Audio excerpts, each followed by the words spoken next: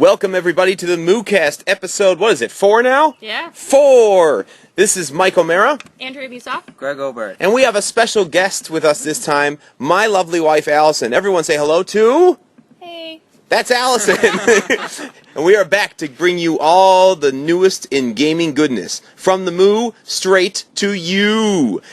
Since last time, which has been a super long time, hasn't it? We've been playing tons and tons of games, I'm certain. Andrea, what's been spinning in your disk drive? I haven't been playing tons and tons of games. I've gone back to Modern Warfare 3 for a while. Yeah, of course. I haven't played Mass Effect in a really, really long time. I've been putting my quest on insane difficulty. I can't even remember the name of it. It's so insane. Yeah, insane difficulty. That's on hold. Hot Space Guy and I are on a break right now. I've gone back to soap. It's not him. It's you. So yeah, I've been playing Modern Warfare 3. Modern Warfare 3. Yeah. Now, have you enjoyed the new maps? Because the last time that we've recorded, they came out with the Collection 2, and they came out with face-off mode, new close quarters kind of mode. Are you digging that, or are you still kind of going back to your old stalwart domination? Always domination. Always. I have played the 3 versus 3, which Yeah. I really like. Yeah. It's more fun with friends, Absolutely. not as much fun with random people. Right. I feel like it either goes really, really well, or it's awful. I've had some of my worst KDRs in that game mode, but I still play it occasionally just because. New maps, I really like Oasis. Yeah. Sanctuary, and what's the other one? Foundation. Foundation. Oh, Foundation I like. Yeah, Foundation and Oasis I really like. So after all this Sanctuaries. time, does Modern Warfare 3 still hold the crown for you? Does it still hold Andrea's heart? Of course. Yeah? Okay, good. And you, Greg, you have an interesting... you've been starting up one of my favorite games of the last year, Skyrim. It's true. I finally started. I said to myself, I'm going to finish my first year of grad school It's first, probably smart. but that didn't happen, actually. The last week of classes, I'm like, all right, I'm totally getting it. I have to get it. I need to play it. Close enough. And how have you liked it so far? It's pretty awesome. Yeah? It's just a very solid game. Right. I love how much there is to do. Yes. But at the same point in time, I hate how much there is to Yeah. do. Because it's like, oh, you want to do something for the Thieves Guild? Okay, that's cool. Oh, no, wait, now you got to do something for the Dark Brotherhood. Right. And to do that, you have to travel halfway across the world. Right. And in the meantime, slay 30 dragons and God knows what else you're supposed to do. It's always you. So- Why is it always got to be the poor Right. Dovahkiin? It does everything. Right, seriously. Errand boy. So I've been enjoying it quite a bit, and I hope to play some more. I've also gone back to a little bit of Modern Warfare 3. I'm really making that push for 10th Prestige. Good lord, man. I'm not doing 20th Prestige because that is ridiculous. Right, yeah. But definitely 10. And what number are you on now? I never remember. I'm almost done with 8. I'm like Good God. 74, 75, something like that. So just for the listeners at home that have been living under the biggest rock ever and they don't quite know about this, can you please explain to the listeners at home and to Allison here how many levels that means you have actually earned in Call of Duty? Well, it's sad and pathetic. That's what it means. Or ridiculously awesome if you look at it that way. Nerd cred. There's 80 levels in each prestige. 81 kind of sort of Oh my God. because Yeah.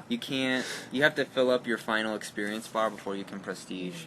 And so once you get to level, I call it 81, Right. then you can prestige, you lose everything, and you go back down to level 1, and you have to work your way back up again. In doing so, you earn something called a prestige token, which is new to Modern Warfare 3, and you can do something cool with it. Like, you can unlock a specific weapon. Maybe you don't earn it till level 70, but you can unlock it right away at level 1. Or you can get double experience, which I think is a waste, because it's only 2 hours. Oh my god. But, So, Greg, so, I've been... so from 1 to 80, 8 Doing times. some math over there. So while you've been talking about your experience over there, Greg, we were doing the math on this side of the table. It's pathetic, I know. You have passed 648 levels of experience in Call of Duty. Yeah, Yeah, so good job. thanks. Yeah. Still not as intense as my Halo Reach. No, not at all. Yeah, no, not at all. And it's been a massive week for Halo news as well as every other news because we just had E3 wrap up. So let's talk a little bit about the big news coming out of E3 and what we liked and what's not so impressive. And let's start with, well, can we say this with all honesty? Is our favorite system Xbox around this table? I don't know. You don't know? Of course it is. Yeah. How about yours? Yeah, I mean, I'd say so. Yeah, I think it's my console of choice. I mean, we like them all, but Xbox is what we go to most often. So let's start with the big black machine. It's white. No, ours is white, but theirs is black. Oh. Mine's white. Yeah. Oh, never mind. Well, the big Microsoft machine. All right, so Microsoft hit us with Halo 4 news for E3. And I don't know about you at home, but I'm assuming that everyone in the world is excited about this, and everyone in the world has probably seen the gameplay clip by now. But it looks amazing. Greg, what are your thoughts? Is Halo 4 going to rule your world once it comes out? Oh my god.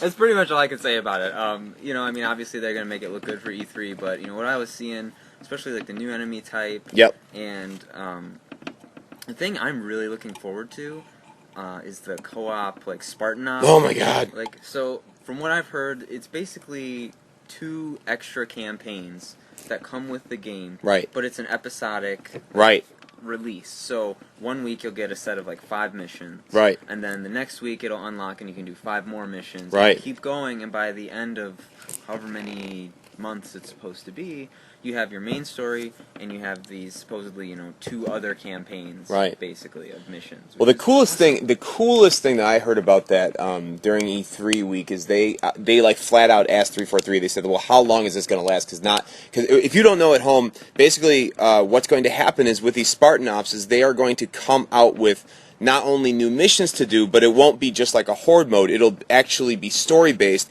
and it will ship every week with a short kind of full motion video intro and outro, so you can actually know the storyline around what you're doing. And so people were understandably thinking there's no way they're going to keep a team on this for that long. Maybe they'll do it for a couple months or whatever. So someone flat out asked 343. They said, "How long can you keep this up?" And they said they could see it going on for years if people support it. And when have people not supported Halo? Like, there's going to be 1 billion people playing Halo every single week, and I think that's most exciting for me. It's just that Spartan Ops mode sounds awesome, especially with a small group of friends, which we just happen to be around this table. I think we'll be playing that for some time. Now wait, okay, I've been living under a rock, and this is all news to me. I haven't heard of this yet. Yeah. So it kind of sounds like Call of Duty Spec Ops, but with a story. Right. Do I have that right? Right. Yep. That's it. And the story will change and progress like every week. So they'll give you a download, and you'll get not only the mission, but you'll get like this full motion video thing that you all watch, like when you're in the lobby, so you know what the story is going into the mission. Oh, that's really cool. It's really super cool. Yeah. And I just have to mention, because this is something that I really want to commend Microsoft for. I know there's a lot of, like, maybe some ill feelings online about, like, oh, Halo 4, yeah, they're just digging it up so they can get more money, which they are. I mean, and they will. An established franchise. Right. Like, absolutely. But the fact that these Spartan missions come with the game, right, and they're not some kind of DLC, right, we don't have to pay, some sort of season pass to get this DLC, that's amazing, and I am so thankful for that, because I cannot tell you how frustrating it is, especially with EA games as of late, to punch in that stupid, like, online pass, and then that's just for the right to play it. Right. That's not even to buy any sort of DLC that's going to come out. And so the fact that this is just comes straight out of the box, I love it. Mm-hmm. Right. Maybe it might even get Allison to play with me again. You going to play some Halo when it comes out? Yeah. Let's be honest. I like multiplayer Halo. Yeah? Mm-hmm. You like the heart one, the heart logo. That was like your favorite thing about Halo. I remember when it came out, you went for the pink armor with the hearts on it. Pink with purple detail. See, there you go. You remember. I don't even remember what my armor looks like, except it has like a music note on it, but that's all I remember. So we had Halo coming out of E3. We have the new Assassin's Creed. They had gameplay of that, and it looks like you're going to do a bunch of hunting in that game, which I don't know if people are into hunting that much, but they showed a bunch of hunting. They showed a sea mission where you are on a ship and like directing cannon fire, which looked pretty cool to me. So I don't know. Are you excited about new Assassin's Creed, Greg? I am. I really hope this wraps up Desmond's storyline. To be Right. honest, though, I've been staying really far away from it just because I don't want anything ruined for me. Oh, sorry, I That's just ruined it. Yeah, you totally ruined the whole game. Yeah. Thanks, Mike. It's called Assassin's 3 Creed Deers and... Assassin's 3 Creed. Yeah, Assassin's Creed 3 Deers and Warships. That's what it's called. Sorry, Okay, I completely ruined the whole thing for you. How dare you? Yeah, sorry. But no, I definitely am looking forward to it. I really hope it's better than Revelations, because I did not like Revelations. No, the game stunk, man. Brotherhood was a good expansion, but Revelations, not so Right, much. right, right. Andrew, you play those games? I don't remember if you played through I played a little bit of the first one. Yeah. I haven't picked it up in a really long time. No. I mean, I liked it, and I know you guys have heard my speech of for a while, but you guys at home get to hear it for the first time. I really enjoy it, but it's very repetitive for me. Mm-hmm. And I realize the same argument can be said with anything, like, oh, Call of Duty, you You're kill just shooting noobs people. over and over. Yeah, Right. but I don't know. There's something about that game that just makes me keep coming back. I keep coming back for more. Mm-hmm. And Assassin's Creed, I think it's true with LA Noire too. I still haven't finished that game. It's a big part of it is the story. Right. It's still like, what is happening for me? It's like, what, I don't quite understand what's happening. And I realize that's, confused now, and then you understand later. But, yeah. So I feel like the story doesn't have a connection yet, and it's very repetitive. Yeah. That sound you're hearing is a humongous plane going over us, folks. We are doing our first podcast out of doors because it is lovely summer here in Chicagoland. So, well, there it goes. I think what you're talking about, at least for me, Andrea, I kind of get in the same kind of mode where I don't like those games that become too linear for me. Mm-hmm. Like, I don't want to only have to follow the character's arc like only one way. And I think one of the ways that shooters, for me, kind of gets me out of that rut is that, yes, it might be the same maps over and over again and something like that, but there's always always something different will happen. There's always the possibility that it's like a sandbox and you're just thrown in the sandbox to play. Mm-hmm. Whereas something like LA Noire or Assassin's Creed, it's so linear that, like, if you get stuck at a certain part or a certain part is boring, there's really nothing. Yeah, there's really nothing else to do. Yeah.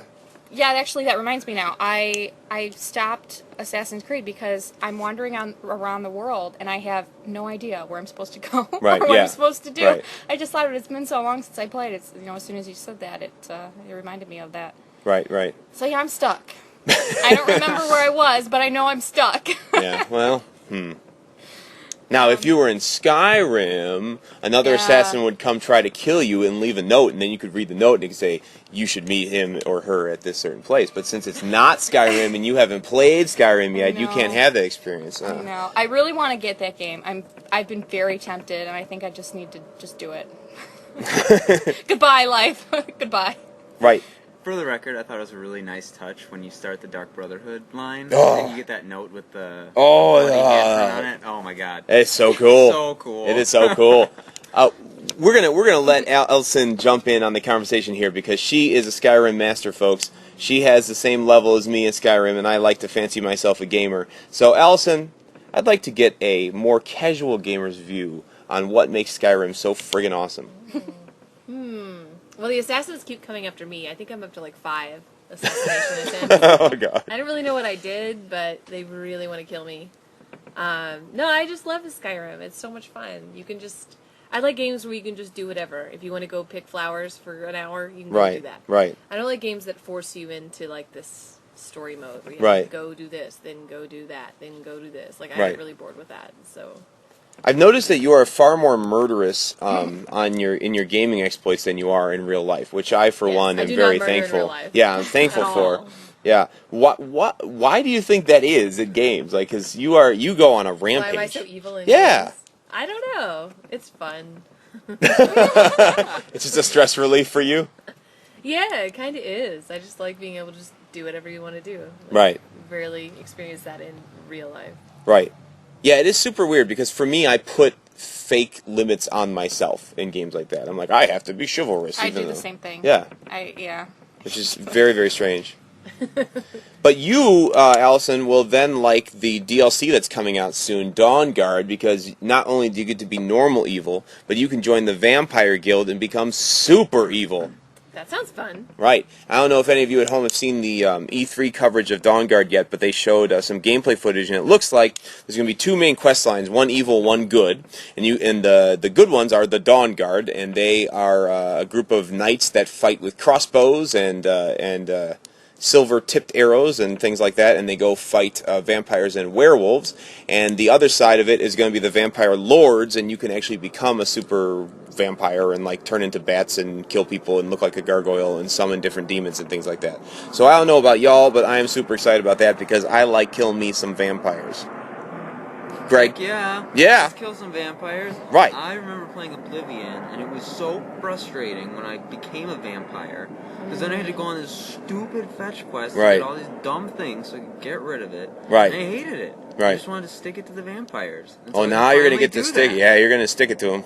These aren't the sparkly variety. No, these are not your cute vampires you want to date at all. They're super evil. I really hope there's one that just There sparkles. should be one that sparkles. His name could be like Sparklore. Yeah, I hope we get to kill him, yeah.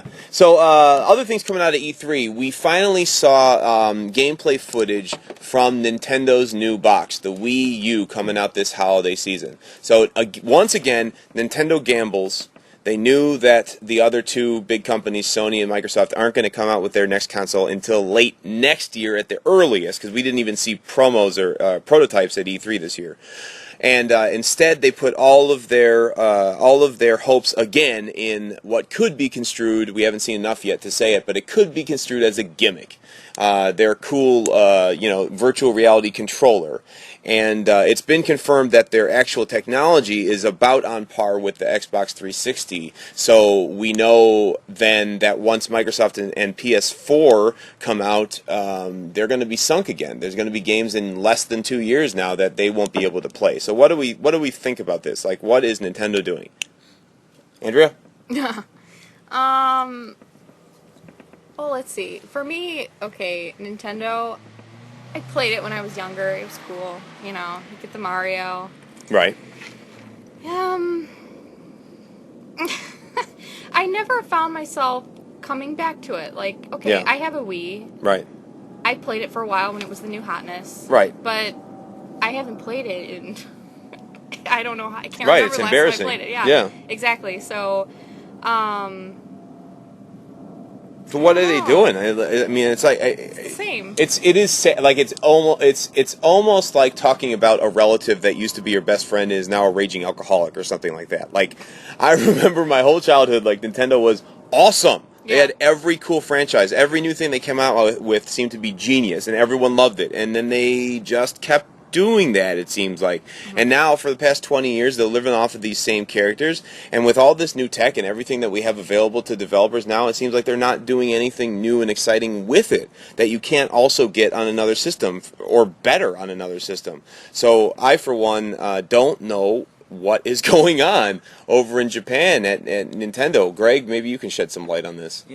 I think a lot of it has to do, and this is just my own personal opinion, but I honestly think it started back with the GameCube. I think they had such a huge fan base with N64. Yeah, absolutely. Just had just all these great games. And then the GameCube came out with its stupid tiny discs. Yeah.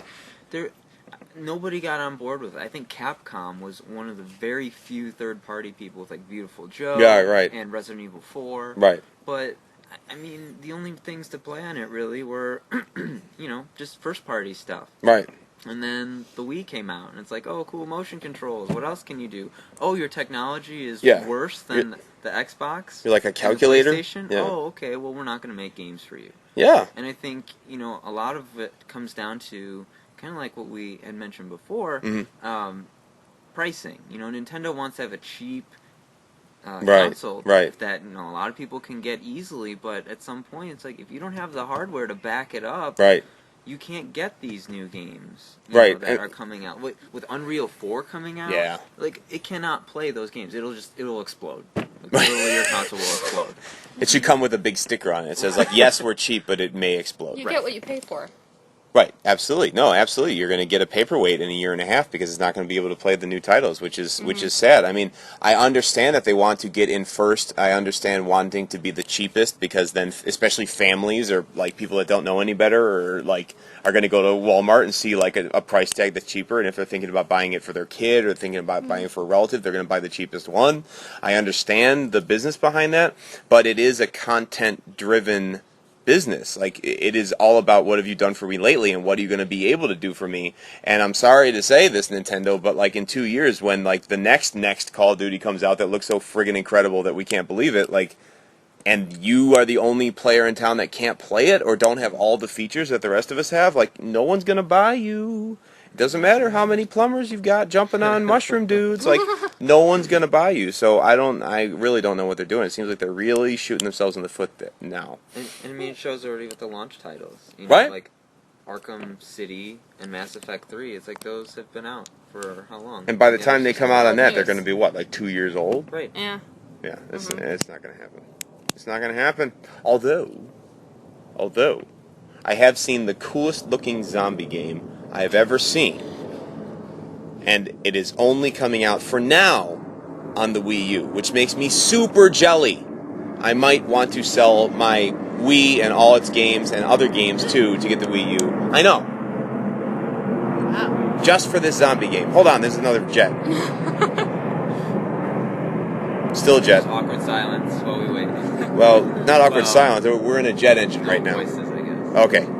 They probably can't even pick it up, and people listening just think you sound insane. We'll find out on the. Well, I think I always sound insane, but okay. So, Zombie U, everybody. If you haven't seen this, you should check it out on the YouTubes. Like, this game looks awesome. Let me explain. So you wake up somewhere as a randomized character somewhere around London in England, and the zombie apocalypse has happened, and all you have on you is a backpack with a couple items and one chintzy gun and like 5 bullets. And you need to scour for weapons, you need to find shelter, you need to just basically survive. And the game is all about seeing how long you can survive because there are no save games, there's nothing to lead you on, it's completely open world, and when you die, you die. So whatever you got, you're completely dead and gone, and you wake up again in a different part of London as a different randomized character, and you have to hunt down your old self as a zombie to get the pack again to continue on. Now, my mind is blown. Like, when I saw the gameplay and heard this, I like, full disclosure, I am a zombie freak. I have all the Walking Dead comic books, graphic novels. I have The Walking Dead on Blu-ray. I have every zombie novel that's ever come out over the past 3 years on my bookshelf right now. The number one thing I read is zombie fiction. Like, I'm a complete zombie nerd. This is it for me. This is the coup de grace. This is like the idea for the greatest zombie game that has ever been. And the people around this table right now do not look impressed at all. And I want to know why. Greg, what's your problem? My problem. Well, no. I love zombie games. I think they're fun. You know, for me, just in seeing it and seeing the features, especially the whole, like, you're dead and then you spawn as somebody else. Yeah. To me, that just sounds really tedious. Oh, tediously awesome. I don't know how many of you out there play Minecraft, but for those of you that don't, when you die in that game, you kind of, like, explode silently and all your stuff goes flying, like, where you died, though. So you'll respawn at your spawn point, and you have to go out into the world and find all your stuff. You have 5 minutes to do so before it despawns. Mm-hmm. Now, that's cool if you're like kind of close by or you know where you're at, but it's so easy to get lost in that game. You die, and then you don't have anything. You start with nothing, and it's so frustrating. And so I think about this game where it's like, oh, you die, and you start with nothing again, but then to even continue the game, you have to find your old self and, you know, kill him or her, and you know, how easy is it going to be? If the map is that big, you know, if you're in a big part of London, if that's what they're going to render, like, that could be really, really tedious and really obnoxious. May I play devil's advocate? No. Okay. Well, I'm going to anyways. Doesn't the permadeath thing really place this game, at least the concept of this game, in a league unlike any other within zombie fiction, though? Yes. because if you look at games like, and these are all great games, and trust me, I own all of them, because like I said, I'm a zombie freak. If you look at games like Left 4 Dead, if you look at games like Dead Rising, if you look at games like Dead Island, or anything with dead in it, it's probably going to be a zombie game. Any of those, you keep your character, you can respawn, you can reload. So when you see the zombies, when you when you encounter huge hordes that are most likely going to be the death of you, there is not that same tension that characters in zombie movies feel, which is like, this is it, right? And I feel like this is where zombie games need to go for it really to feel like a zombie movie, to me. And I really like that. Like I want a zombie game to really be scary in the way that a video game can be quote unquote scary. Like, I don't want to lose all my stuff that I spent all day scouring for. And if I am feeling with every encounter that if I make too much noise, more zombies could come, and I don't have a good enough shelter, and I could literally lose that character forever, that is more incentive in my mind to keep playing that game. Like, that is awesome. Like, yes, can it be tedious if you keep dying? Absolutely. But the idea of, like, survival is the point. Not the point to get a higher level, but just to survive. Like, that's what the zombie apocalypse is to me. And I, for one, can't wait. And, I mean, I like that sense of atmosphere. It's very cool, and I agree with you. I mean, I think it should be tense. Something like Dead Space, yeah, it's maybe sometimes kind of scary, or Amnesia. Very scary, but, like, when you can just hit, quick load or whatever, like, okay, just redo it, you're fine. Right. So, but, sir, go ahead. I lost my train. Oh, sorry. I completely derailed you. I was thinking about it from a gameplay perspective. Right. Just like, how do you make that work? Right. Where it's just not annoying. Because again, I'm going back to Minecraft, and I'm thinking of just a creeper exploding behind me. Right, and then that's just it. Dead. Like, yeah. So if the deaths are fair, that might be something I can get behind. Yeah, I mean, I think more than like a immediate kind of acute fear, which is something that you get in like Amnesia or whatever, and then you quick load and you're like, oh, okay, I have a chance to deal with it now. Like, I think more what it will do is really make you feel an overbearing sense of tension all the time, which is what the perfect zombie movie or novel or whatever should do as well. So for me, like, that is getting it closer to like the genre's pinnacle. Like, that's what a zombie game should be. It should make you feel like you are so hopeless, and around any corner can be death, like real death and horror, I don't know. That's what I want. Well, I think what I like most about this game that's going to come out is that it's different. It's totally different. It different. hasn't been done before. It's like, it's taking something that's familiar. Everyone loves zombies. Well, I don't know about that. You know what I mean? I love them. It's like zombies. Oh, cool. All right. I mean, every game does it. Red Dead, Call of Duty. Sure. It's everywhere. And to do this, it puts an interesting twist on it, which, kind of going back to the Nintendo thing, that's what they don't do. Right, that's what's killing them, yeah. If absolutely. They kept something familiar, like Mario, and just do something really different. What? Well, I don't know. That's for Nintendo to figure out. Right. Yeah, right. So what is the perfect genre game, then? Like, we just talked a little bit about what might make a perfect zombie game. Well, let's talk about other genres that are hot in video games right now, because I think a lot of the buzz around the internet going around right now is Call of Duty getting too stale because it just comes out with another one every year? No. Well, our answer around this table, I think, would be no. But why? What keeps us coming back to that kind of game, and what makes each genre's game, like, what is the pinnacle to you? Like Andrea, you play a ton of shooters, right? Yeah. There's no denying that. So you tell us, for you, like, what makes a perfect shooter? What makes you keep coming back? What makes you leveling up 5,000 times like you and Greg do?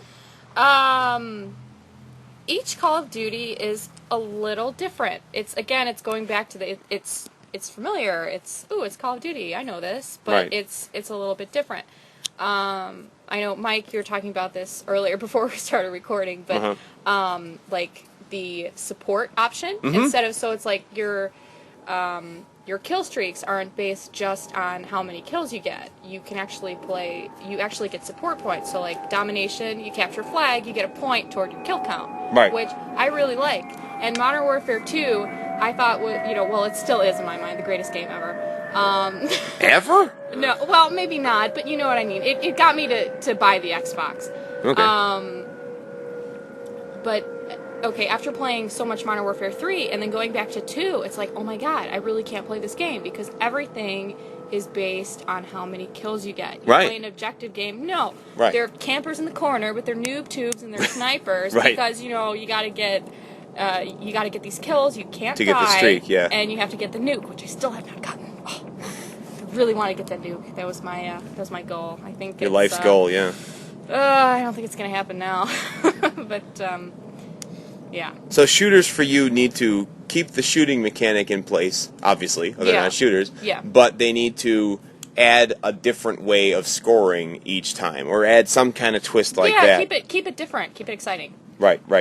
So what about RPGs? Like let's take it to Allison because she plays tons and tons. She plays more Oblivion than anyone else I've ever seen, and she's now highly into the Skyrim, so she likes the RPGs. What makes a great role playing experience? Like what is the pinnacle? Like I think you would say that Skyrim is now the best RPG you've ever played, right?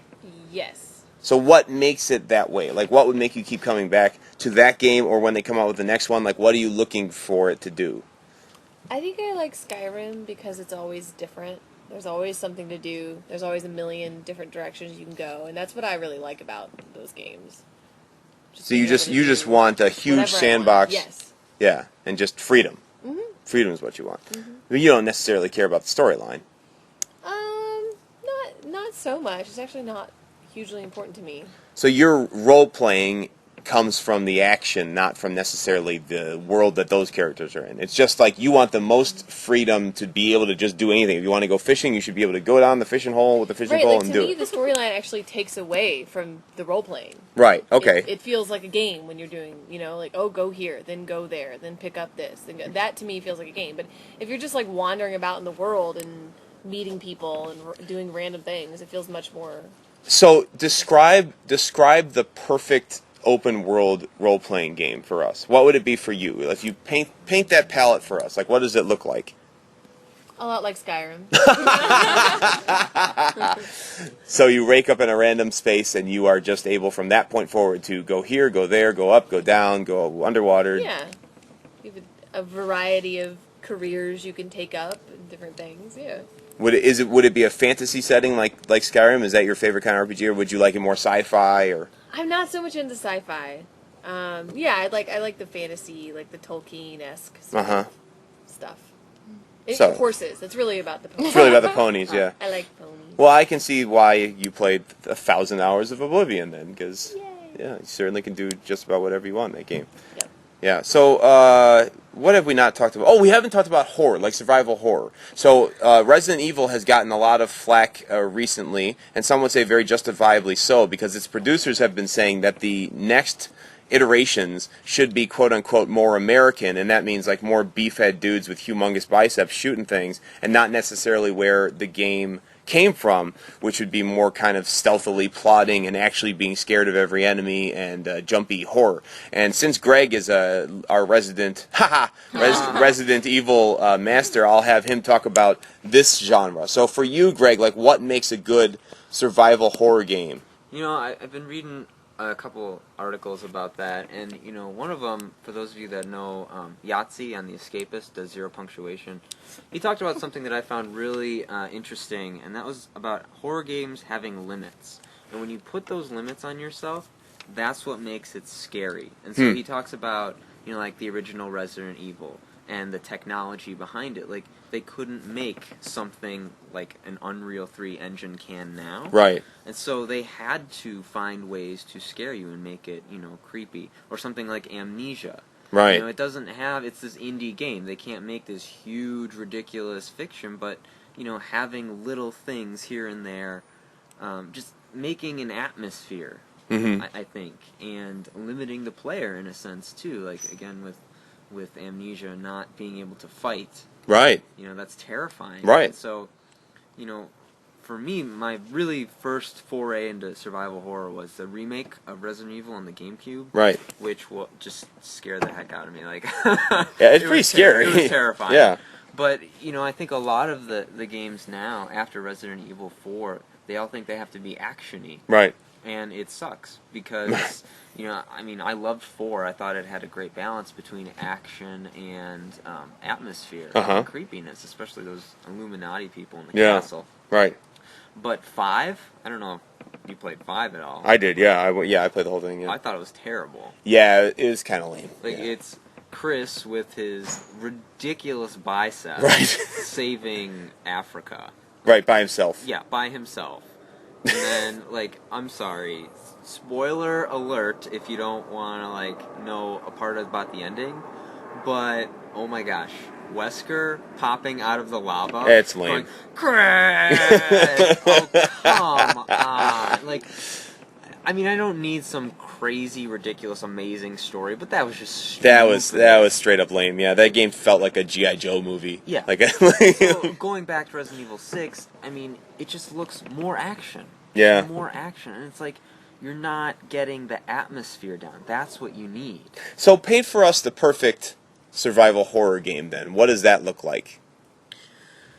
I think kind of what you're talking about with the zombie thing, there needs to be a sense of dread. There needs to be a sense of horror. I love Dead Space, for example. Yeah. But it's pop out and scare you. Right. It's not ugh. Right. Even in the beginning of 2, when the guy transformed. Sure, yeah. It's just this instantaneous thing of, oh, he's a monster now. Right. There wasn't this slow decay or something like that. I guess I think back to the original Halloween movie. Yeah, right. And just this, he's there. Michael's there, and you know it, and you see him.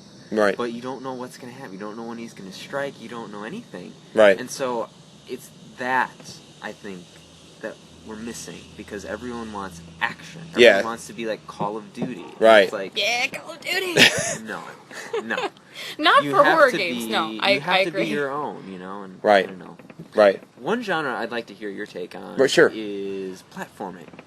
I Like, think it's something yeah. that's very neglected nowadays. And for me, I grew up on platformers. And Me again, too. Recently, I played through all of Rayman Origins. Mhm. And just fantastic game. I really hope there's another one. So what do you think? Oh, the problem for me in platforms is the lack of control. I think that I've been spoiled in that I like to play all these other complex games, so I like RPGs and I like shooters. Those are my two primary genres that I play, most every night.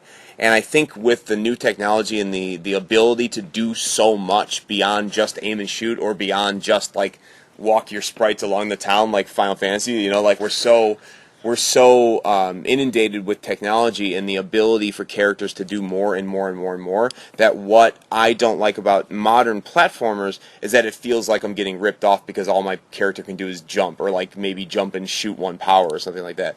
So as far as where platformers could go in order to hook me back in, it would be in a reimagining of the controls. We've had so many Mario clones where it's basically you go left to right, or left to right and a little bit up and down, and jump on top of things. I would like more things. I really liked the Dishwasher series on Xbox Live Arcade, which wasn't a pure platformer, but at least it was different. It looked different, and there was all these fighting moves. Instead of just I'm another cartoony character that jumps on your head and you squish and die and I get a coin out of it, which I never really understood anyway. But, so I think for platformers to thrive, they have to utilize the new technology we have. I really like Fez, for instance, because it uses that kind of 3D thing that you just couldn't do with older systems. And I would like to see more developers do things like that. Just think of it in a different way. Also, more co-op. Finding a way to get more co-op into platformers, I think, is the way to go. Because I know, for myself, what really hooks me are things that I can play with other people. Where I can join clans, or I can, do the social aspect of it. So I would like to see platformers do more of that, too. So just pushing the envelope a little more. Yeah, opening up the possibilities, really. Make it more than it used to be. And I think that's the problem with me and Nintendo right now, is that I don't really want to play another Mario game. I've been playing Mario games for 25 years. I don't I don't want to see him jump on another Koopa Troopa. Like, leave the Koopas alone. Like, they've suffered enough. You know? You guys are so anti-Nintendo. No, it's not. It's not anti-Nintendo. It's actually looking back on how great Nintendo was. But And don't you think that you thought Nintendo was great because you used to be a part of their target audience? You were a kid, and now you're a grown man. now that's I think really Nintendo that's a is really not good. trying to be your game. That's a really good. I mean, that's a really good point. That's a really, really interesting point. Maybe actually, they know they can't compete with like the Xbox Call of Duty, like crazy, so they have the fun family appropriate game. no, I mean, That's their niche. definitely, that's what they've thrown all of their coin into, so to speak. For this generation and the next, yeah, they're definitely going at being the cheapest one, the one that's available to the most families. I guess what makes us core gamers, if you can call us that, I think you can call us that. You think? Upset is that's what we grew up on. That's what got us into Right. gaming. And So you've if they had the outgrown ability, it and moved on. well, we don't want them to outgrow us. I think the problem is Nintendo. I mean, they created, especially the platform with Mario. I mean, Right. they really made it what it is today. And Sure. they were always at the front of that. It seemed Mm-hmm. like with each Zelda, with each Metroid, like they just always pushed it forward. They were a little bit innovating. more, Mhm. always innovating.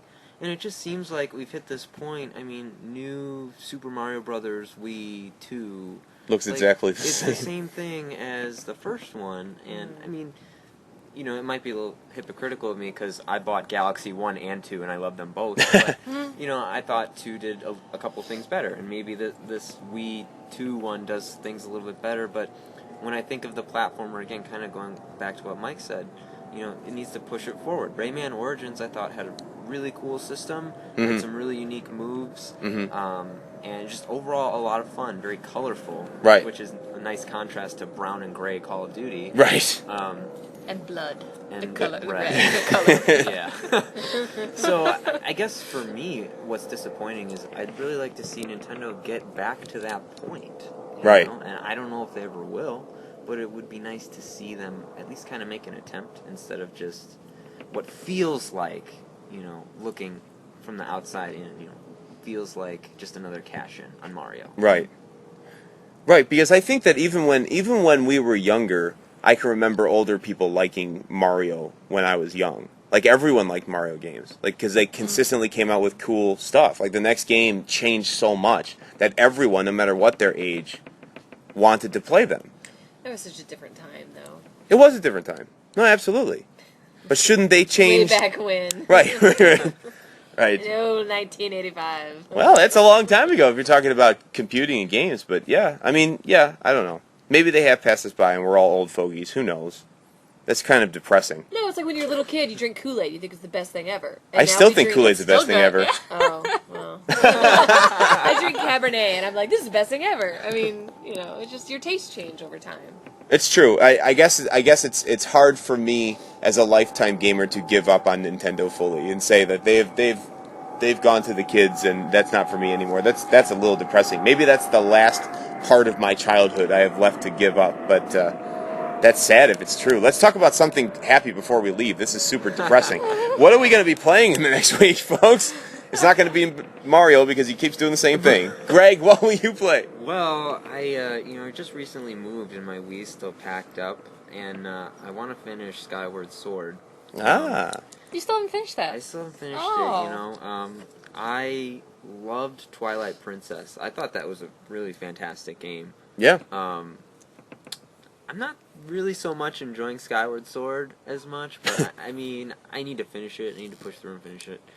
But then I go home and I'm like, but the Wii's packed up and Skyrim's right over there. Oh, Skyrim. So... Wait. And you make fun of me when I don't want to get up off the couch and swap the You don't disc. want to swap a disc. I have to swap systems. That's pretty There's a lazy, difference. Andrea. Which is why all the big companies out there, you can totally take my idea for the next round Yeah. of systems, multi-disc tray. Ooh, I love So it. you don't have to get up, right? perfect American invention. Oh yeah, absolutely. Just Ooh, even. first world problems going on up in First here. world problems. To change my disc on my multiple consoles. So Greg will be up in his Dovahkiin over the next week. What about you, that. Andrea? Well, Modern Warfare 3 is in the disc tray. Of course it is. No, I'll probably be playing more of that. I didn't play it for a while. It's like I always get focused on one game and I play it for a really long time, and then I always switch back to something else. A couple weeks back it was Mass Effect. I didn't play any Call of Duty, and now it's all Call of Duty all the time and no Mass Effect. So it's like it just depends what I feel like. But You're a monogamous gamer. yeah, I guess I am. I didn't think of it that way. So yeah, Call of Duty. I'm really, really tempted to buy Skyrim just because You should give I in to hear that great temptation. things about it. Everyone at this table has played it except me. And I'm taking a little vacation from work, so I'll just have more time to be lazy. Now it's is perfect the time time. to play Skyrim. Now is the time. And I am going to be completing Max Payne 3's storyline the next couple of days. Just for all of y'all, if you are in any way a Max Payne fan, go out and sell what you need to buy Max Payne 3. It is by far the coolest cop game I've ever played. It's by far the best Max Payne game, and I love the other two.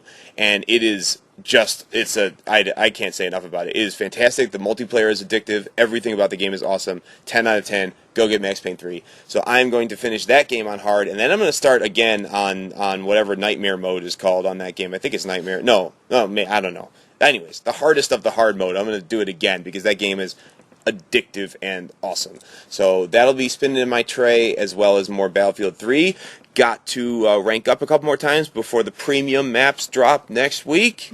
And I'll probably play a little bit of Skyrim as well. And I can probably guess what my wife Allison is going to be playing, but what are you going to be playing over next week? Skyrim. More Skyrim. I'm looking for a new spouse. I lost my husband recently. So I'm on the market. So if you're out there, folks, my virtual husband. yeah, if you're out there, folks, say a silent prayer for Benor, the adventurer, recently betrothed of my real life wife, who is dead to her in her fake life now. So this is for you, Benor. I think that's going to do it for us this MOOcast. Thank you so much for listening. And remember, if you haven't found love yet, maybe your princess is just in another castle. See you next time. That was lame. Make sure to check us out on Facebook too. Oh yeah, check us out, like us, dig Subscribe. us, whatever else you do. We love y'all. See you later. Bye-bye. Bye. Moo. Moo. Moo. Moo.